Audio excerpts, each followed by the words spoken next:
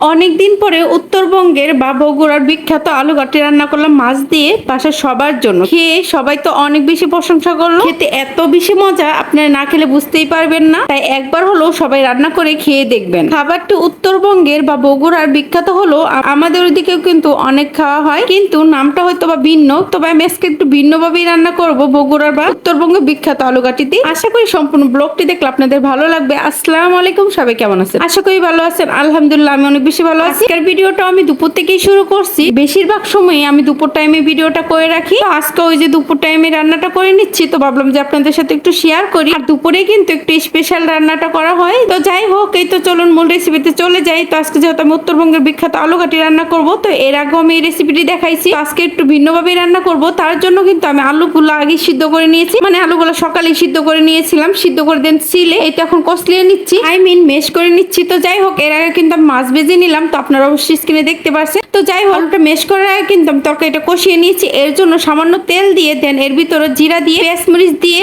একটু আদা বাটা, একটু রসুন বাটা আর একটু জিরা বাটা দিয়ে দেন, হলুদ গুঁড়ো, মরিচ গুঁড়ো, লবণ, পরিমাণ মতো লবণ দিয়ে দেন, পানি দিয়ে মশলাটা কষিয়ে নিচ্ছি। তো যাই হোক, এই যে কষানোর পরে কিন্তু আমি এর ভিতরে, তো যাই হোক, এর আগে মাছটা উল্টিয়ে মাঝে মাঝে মানে দুই চুলায় আমি রান্নাটা করে নিচ্ছি। দুই চুলায় রান্নাটা করলে হয় কি, রান্নাটা তাড়াতাড়ি হয়। আর যদি সবকিছু রেডি করে রান্না করেন তাহলে আপনার রান্নাটা এমনিতেই তাড়াতাড়ি হবে। যাই হোক, এরপরে কিন্তু আমি একটা বেগুন দিয়ে দিলাম এর ভিতরে, আর আলু ছিল বড় বড় টুকরো করে, এর ভিতরে এরকম করে দিলে কিন্তু ভালো লাগে। এটা কিন্তু বেসিক্যালি আমার মেয়ের জন্য দিয়েছি, যেহেতু আমার মেয়ে আলু খেতে পছন্দ করে। তো যাই হোক, একটু কষানোর পরে কিন্তু আমি মেশ করা আলুগুলো দিয়ে দিলাম। তো এই যে দেখুন, এটা তো এই যে মেশ করা আলুগুলাকে একটু মশলার সাথে ভেজে নিব, মানে কিছুক্ষণ আমি ভেজে নিই। এই ফাঁকে কিন্তু আমি মাছটাকেও দেখে নিচ্ছি, মাছটা ভাজা হয়ে গেছে। তো এই জালটা আমি নিভিয়ে দিলাম। আর কিন্তু এর আগে কিন্তু আপনারা অবশ্যই স্ক্রিনে দেখতে পাচ্ছেন, আমি কিন্তু পানি গরম করে রাখছিলাম। তো যাই হোক, এই তো এখন আলুটা ভালোভাবে কষানো হলে এখন এর ভিতরে পানি দিয়ে দিলাম। আর কিন্তু অবশ্যই দেওয়ার আগে একটা টমেটো দিয়ে দিবেন। টমেটো দিলে হালকা টক টক লাগবে, এতে অনেক বেশি ভালো লাগবে। তো যাই হোক, এখন গরম করে রাখা পানিটা দিয়ে দিচ্ছি, মানে ফোটানো পানিটা দিয়ে দিচ্ছি। তো ফোটানো পানিটা দিলে তরকারিটাও তাড়াতাড়ি হয় আর খেতেও ভালো লাগে। তো আর এই ফাঁকে কিন্তু আমি টমেটোটা দিয়ে দিলাম। আপনারা চাইলে কিন্তু আলুর সাথে টমেটো ভেজে নিতে পারে, তো এটা খেতে আরো বেশি ভালো লাগবে। তো আমার মনে ছিল না, তার জন্য দিতে পারিনি। তরকারিটা যখন বলক আসবে তখন মাছ দিয়ে দিবেন। আমার একটু তাড়া, মানে এই মাছগুলো দিয়ে আমি গোসলে যাবো, এর জন্য মাছটা আমি আগেই দিয়ে দিলাম। মানে একটু একটু বলক আসার সাথে সাথে মাছগুলো দিয়ে দিলাম। আর মাছগুলো যেহেতু হালকা পাচ্ছি, তার জন্য আগে ভাগে দিয়ে দিলাম। তো যাই হোক, এই তো নামানোর আগে কিন্তু আমি অনেকক্ষণ এটা জাল দিয়ে নিয়েছি, যেহেতু অনেক বেশি পানি দিছি আর অনেকখানি তরকারি যেহেতু, তাই এই পানিটা একটু পরিমাণ মতন দিবেন। তো আমার তরকারি অনুযায়ী আমি পানি দিছি। তো যাই হোক, নামানোর আগে যে আমি জিরা গুঁড়ো দিয়ে দিলাম। আপনারা অবশ্যই দেওয়ার ট্রাই করবেন, তাহলে খেতে আর একটু মজা লাগবে। আর যদি হাতের কাছে ধনেপাতা থাকে তাহলে অবশ্যই দেওয়ার ট্রাই করবেন, তাহলে খেতে আরো